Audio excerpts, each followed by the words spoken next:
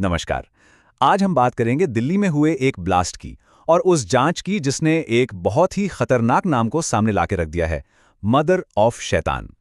हाल ही में दिल्ली के लाल किला इलाके से एक खबर आई, जहां एक कार में हुए धमाके ने सुरक्षा एजेंसियों में हड़कंप मचा दिया।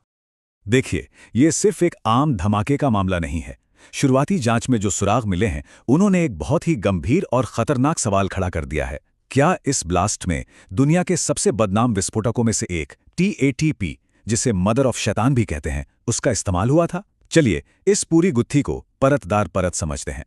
तो सबसे पहले ये जानते हैं कि आखिर उस दिन हुआ क्या था। जगह थी दिल्ली का लाल किला इलाका, और वहां एक I-20 कार में अचानक धमाका हो गया। पहली नजर में तो पुलिस को लगा कि शायद ये अमोनियम नाइट्रेट जैसा कोई मामूली विस्फोटक होगा, लेकिन जैसे जैसे फॉरेंसिक जांच आगे बढ़ी, सबूत किसी और ही चीज की तरफ, किसी बहुत ज्यादा खतरनाक और अस्थिर पदार्थ की तरफ इशारा करने लगे। और बस यहीं से जांच की दिशा पूरी तरह से घूम गई। अब शक एक ऐसे विस्फोटक पर है जिसे उसके जानलेवा मिजाज की वजह से मदर ऑफ शैतान के नाम से जाना जाता है।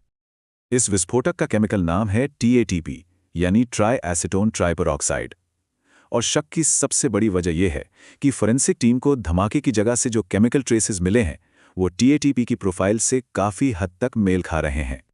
अब सवाल ये उठता है कि आखिर इस TATP को मदर ऑफ शैतान कहते ही क्यों है? मतलब ऐसा क्या है इसमें जो इसे बाकी सभी विस्फोटकों से अलग और इतना ज्यादा खतरनाक बना देता है? देखिए, ज्यादातर जो विस्फोटक होते हैं उन्हें ब्लास्ट करने के लिए एक डेटोनेटर की, यानी एक तरह के ट्रिगर की जरूरत पड़ती है। लेकिन TATP की सबसे बड़ी और सबसे डरावनी खासियत यही है कि यह हद से ज्यादा अस्थिर है। मतलब इसे फटने के लिए किसी डेटोनेटर की कोई जरूरत नहीं होती। ये इतना ज्यादा सेंसिटिव है कि जरा सी रगड़, हल्का सा दबाव या थोड़ी सी गर्मी, कुछ भी इसमें एक भयानक विस्फोट कर सकता है। जरा सोचिए, एक ऐसा विस्फोटक जो अपनी मर्जी का मालिक है। इसी अनप्रेडिक्टेबल और खतरनाक नेचर की वजह से इसे मदर ऑफ शैतान का नाम मिला है। यहां पर एक बात बिल्कुल साफ कर देना बहुत जरूरी है। हम इस विस्फोटक से जुड़ी कोई भी टेक्निकल या इसे बनाने की जानकारी बिल्कुल शेयर नहीं कर रहे हैं, क्योंकि ये पूरी तरह से गैरकानूनी और जानलेवा है।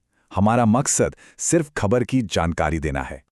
अब ये समझना जरूरी है कि दिल्ली का ये मामला इतना गंभीर क्यों माना जा रहा है, क्योंकि TATP का मिलना सिर्फ एक लोकल घटना नहीं है, ये एक ग्लोबल पैटर्न की तरफ भी इशारा करता है। एक्सपर्ट्स बताते हैं कि TATP, जो ट्रेंड इंटरनेशनल टेरर नेटवर्क्स हैं, उनका एक सिग्नेचर हथियार बन चुका है। ऐसा इसलिए क्योंकि इसे बनाने का सामान आसानी से मिल जाता है और इसे पारंपरिक तरीकों से डिटेक्ट करना भी काफी मुश्किल होता है।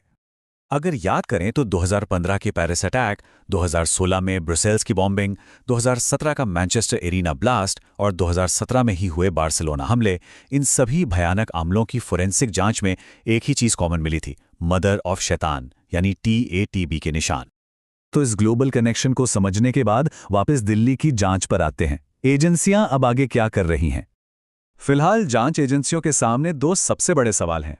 पहला, क्या यह धमाका TATP की अपनी अस्थिरता के कारण गलती से हो गया? या फिर दूसरा, और जो ज्यादा चिंता की बात है, क्या इस विस्फोटक को किसी बड़े हमले को अंजाम देने के लिए कहीं और ले जाया जा रहा था? इसी के साथ जो संदिग्ध है उमर, उसकी पूरी कुंडली खंगाली जा रही है। विस्फोटक बनाने का सामान आखिर आया कहां से?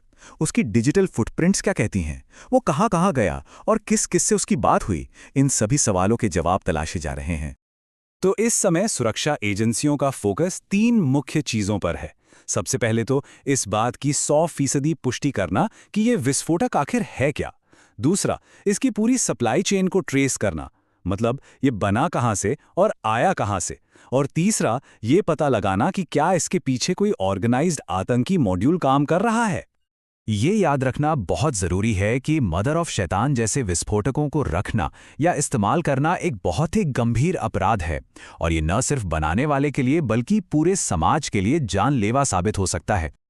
ये पूरी जानकारी सिर्फ न्यूज़ रिपोर्टिंग और पब्लिक अवेयरनेस के मकसद से ही दी जा रही है। ये पूरी घटना हमें एक बहुत बड़े और गंभीर सवाल के साथ छोड़ जाती है। एक शहर को सुरक्षित रखने की जिम्मेदारी आखिर है किसकी? सिर्फ सुरक्षा एजेंसियों की या फिर हम सबकी भी?